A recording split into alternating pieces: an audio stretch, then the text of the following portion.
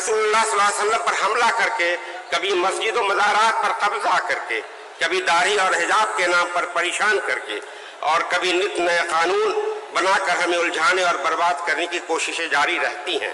لیکن تاریخ گواہ ہے کہ ظلم جب حد سے گزرتا ہے تو مٹ جاتا ہے، اور جو لوگ ملک کی تعمیری کام میں لگے رہتے ہیں انہیں تاریخ اچھے الفاظ میں یاد کرتی ہے۔ جو لوگ ملک میں بگاڑ کی سیاست کرتے ہیں، فتنہ سازش کی راہ پر چلتے ہیں، تاریخ ہمیشہ انہیں منفی انداز میں یاد کرتی ہے۔ جو لوگ انسانیت کے جوہر سے مزین ہوتے ہیں اور انسانیت کی خدمت کرتے ہیں وہ تاریخ میں امر ہو جاتے ہیں۔ جو لوگ انسانیت کے جوہر سے عاری غیر انسانی سازشوں اور منصوبوں میں لگے رہتے ہیں انہیں تاریخ ہمیشہ فرعون اور ہٹلر کے نام سے یاد کرتی ہے۔ اور پھر ملی اجتماعیت کا ثبوت پیش کیا، جس کے لیے آپ بہت بہت مبارکباد ہے۔ جمعیت علماء ہند دین اسلام اور ملت کی حفاظت کے لیے ملک میں ایک بڑا ہی مقتدر اور مستعد نام ہے، جس کی تاریخ بہت روشن اور جس کا ماضی بہت تابناک ہے، اور جو اپنے حال کے دنوں میں بھی بے لوث اور گراں قدر خدمات انجام دے رہی ہے۔ دعا ہے کہ اللہ تبارک و تعالی اس کی نہ صرف یہ کہ عظمت اور خدمات کی رفعت کو بحال رکھے اور اس میں اپنی مزید رحمت و برکت بھی شامل کر دے، اور اسے بدخواہوں کی نگاہوں سے بھی محفوظ رکھے۔ حضرات محترم، ہندوستان میں بہت ملی تنظیمیں ہیں جو اپنے طور پر دینی اور علمی سماجی خدمت انجام دے رہی ہیں۔ سبھی کا اپنا اپنا دائرہ کار ہے، اور سارے ادارے اللہ کے فضل اور عوامی تعاون سے ملک کی تعمیر و ترقی اور اس کو سجانے اور سنوارنے کا کام انجام دے رہے ہیں۔ انہی اداروں میں ایک بڑا ہی محترم اور بڑا مقبول و معروف نام جمعیت علماء ہند کا ہے، جس نے آزادی سے پہلے اور آزادی کے بعد سے آج تک ملک و ملت کے ہر نازک معاملے پر محبانہ نگاہ رکھی ہے اور آگے بڑھ کر اپنے حصے کی خدمت اور قربانیاں پیش کی ہیں۔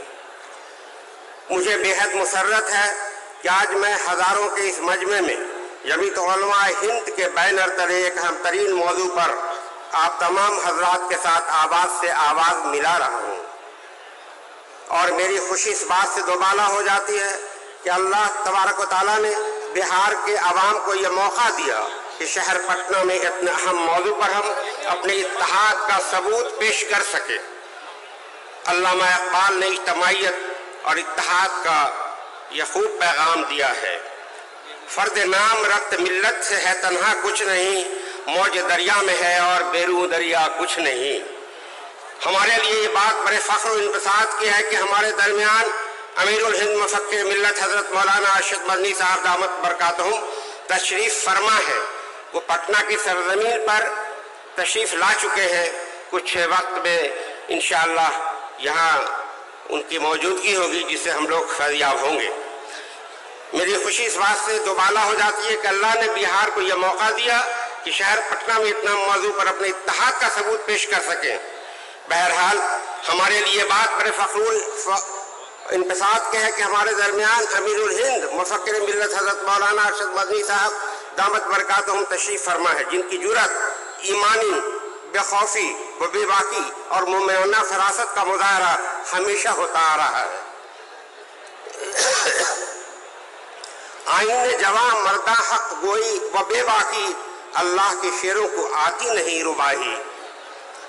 بلا شبہ امیر الہند کے اس مومنانہ اور مثالی کردار سے قوم و ملت کو نئی زندگی اور بڑی قوت ملتی ہے۔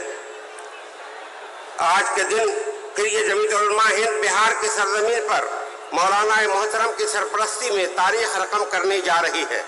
ملک کا بچہ بچہ اس بات سے بخوبی واقف ہے کہ حضرت والا کا خانوادہ علم و عمل، روحانیت و خدمت اور عظمت و عظیمت کا مینارہ نور ہے۔ مجھ جیسے حقیری انسان کا اس پر کچھ کہنا سورج کو چراغ دکھانے کی مانند ہے۔ دعا ہے کہ اللہ تبارک و تعالی حضرت والا امیر الہند کی عمر کو دراز کرے اور قوم و ملت کو ان کی سرپرستی سے خوب فیضیاب کرے، آمین۔